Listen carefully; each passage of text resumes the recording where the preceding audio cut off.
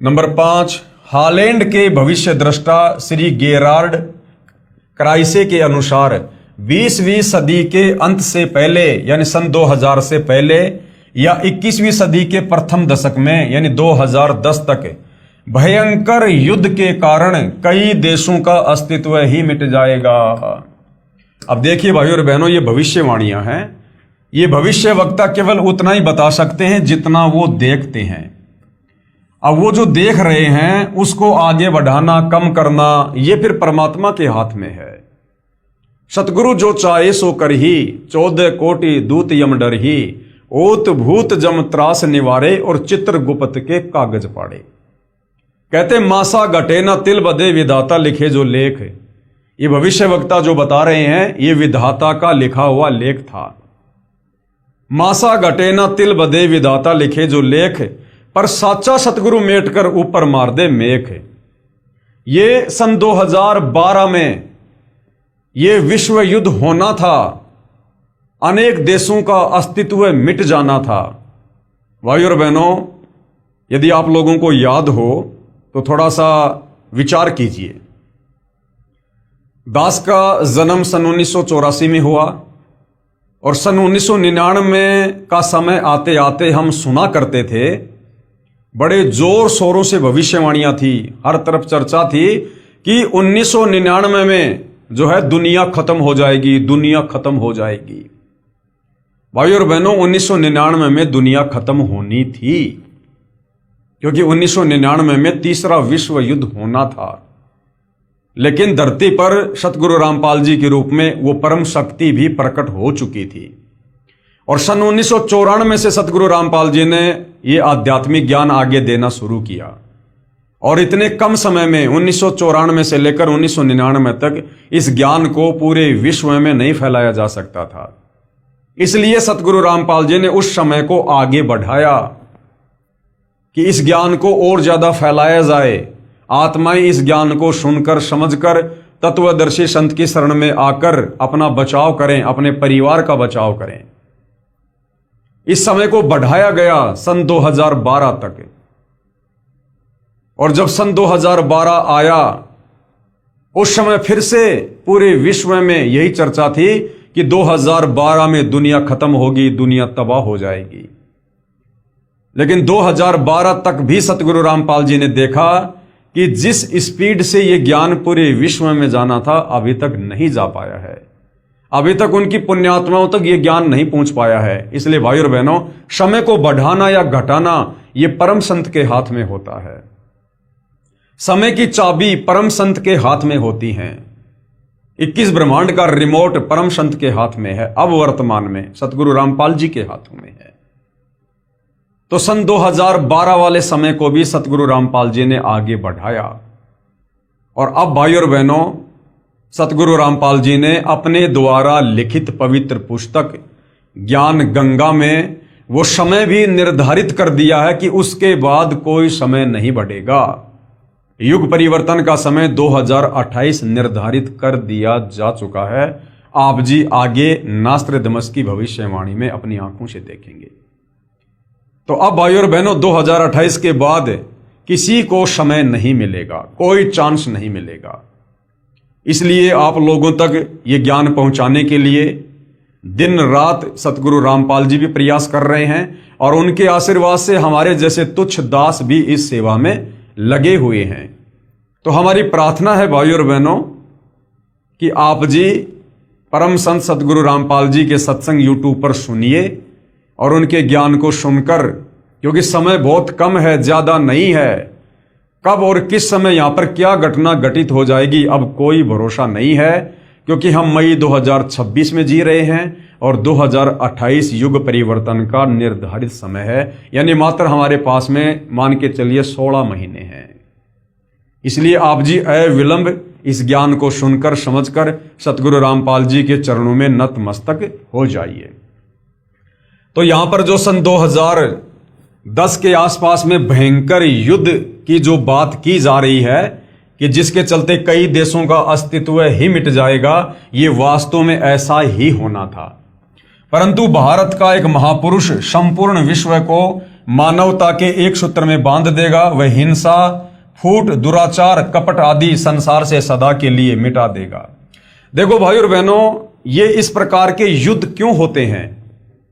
ये इस प्रकार के बड़े बड़े युद्ध क्यों होते हैं? इतनी बड़े स्तर पर जनहानि और ये मानव हानि क्यों होती है?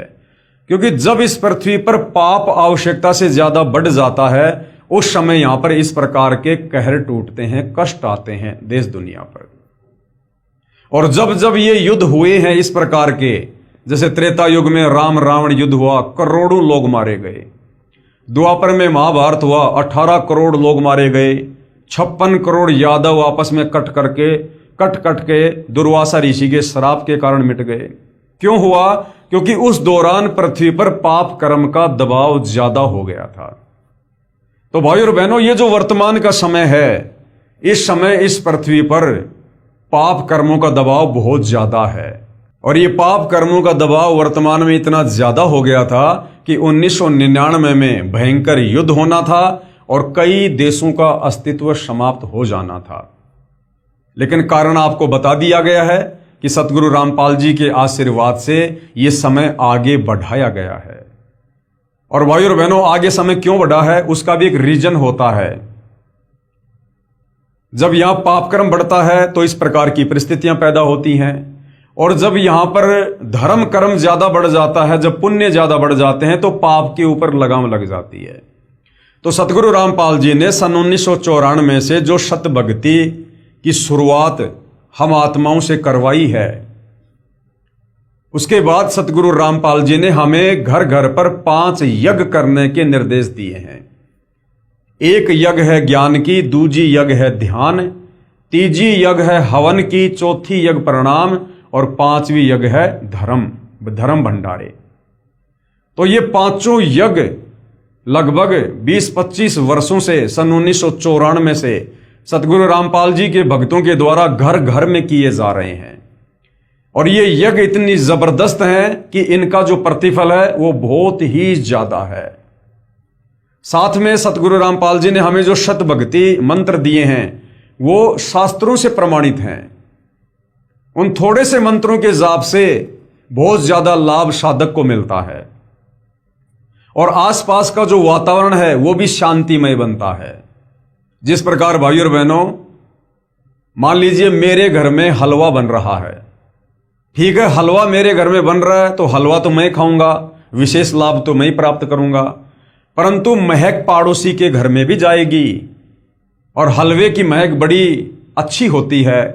हलवे की महक को लेकर पड़ोसी भी प्रसन्न होता है, आनंदित होता है।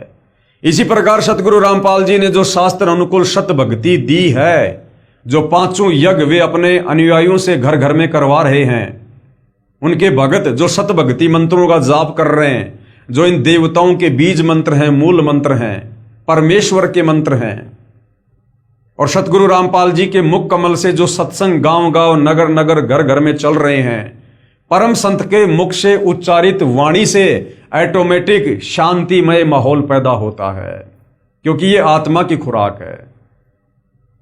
और दूसरी बात भाई और बहनों, जब स्वयं सारी सृष्टि का मालिक, असंख्य ब्रह्मांडों का परमपिता परमात्मा जब इस धरती पर स्वयं प्रकट हो जाता है संत रूप में, सतगुरु रूप में, तो भाई और बहनों वो अनहोनी को होनी में और होनी को अनहोनी में भी बदल देता है। कहते हैं कि आग लगी आकाश में और झड़ झड़ पड़े अंगार। आग लगने का मतलब है पाप कर्म जब बहुत ज्यादा बढ़ जाते हैं तो झड़ झड़ पड़े अंगार, यानी जीवों के ऊपर फिर परेशानी आती है, कष्ट आते हैं, ये कर्म दंड के कारण हाहाकार मच जाता है।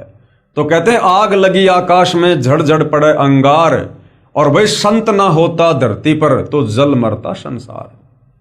तो भाई और बहनों, समझदार को संकेत ही काफी है। ये जो भी थोड़ी बहुत शांति आप जी वर्तमान में देख रहे हैं, ये सतगुरु रामपाल जी के पावन चरण कमल भारत देश की धरती पर प्रकट हैं, और साथ में उनके भक्तों के द्वारा जो शत भक्ति मर्यादा में रहकर की जा रही है। घर घर में जो हवन यज्ञ हो रहा है, 5 यज्ञ हो रही हैं, सतगुरु रामपाल जी की वाणियां चल रही हैं। इससे भाई और बहनों ये 2028 तक ये माहौल थोड़ा शांतिमय है। लेकिन पूरा विश्व इस भक्ति को इतनी आसानी से स्वीकार नहीं करेगा। इसलिए भाई और बहनों, 2028 तक अशांति होना भी जरूरी है। जो लोग इस भक्ति को स्वीकार नहीं करेंगे, धर्म कर्म नहीं करेंगे, वो लोग इस संसार को छोड़कर जाएंगे। अर्थात यहां पर बहुत ही कम जनसंख्या शेष रह जाएगी। आप जी भविष्य मालिका में भी देखते हैं किस प्रकार से भविष्यवाणियां की हुई हैं कि पूरे विश्व की जनसंख्या मात्र 64 करोड़ रह जाएगी, जो वर्तमान में लगभग 800 करोड़ के आसपास है। तो विचार कीजिए भाई और बहनों, किस स्तर पर जनहानि होगी। अब भाई और बहनों, हम ये भी नहीं कह सकते कि मात्र 64 करोड़ ही बचेंगे, क्योंकि परमात्मा स्वयं धरती पर सतगुरु रामपाल जी के रूप में प्रकट हैं और ये परमात्मा कुछ भी कर सकता है। ये तिल की ओट में पहाड़ को भी छुपा सकता है। तो भाई और बहनों, जिन्होंने अपना बचाव करना है, अपने परिवार का बचाव करना है और विशेष तौर पर भाई और बहनों अपनी आत्मा का कल्याण करवाना है, तो समय रहते सतगुरु रामपाल जी के सत्संगों को सुनकर समझकर उनकी शरण में जरूर आना चाहिए। परंतु भारत का एक महापुरुष संपूर्ण विश्व को मानवता के एक सूत्र में बांध देगा। वह हिंसा, फूट, दुराचार, कपट आदि संसार से सदा के लिए मिटा देगा।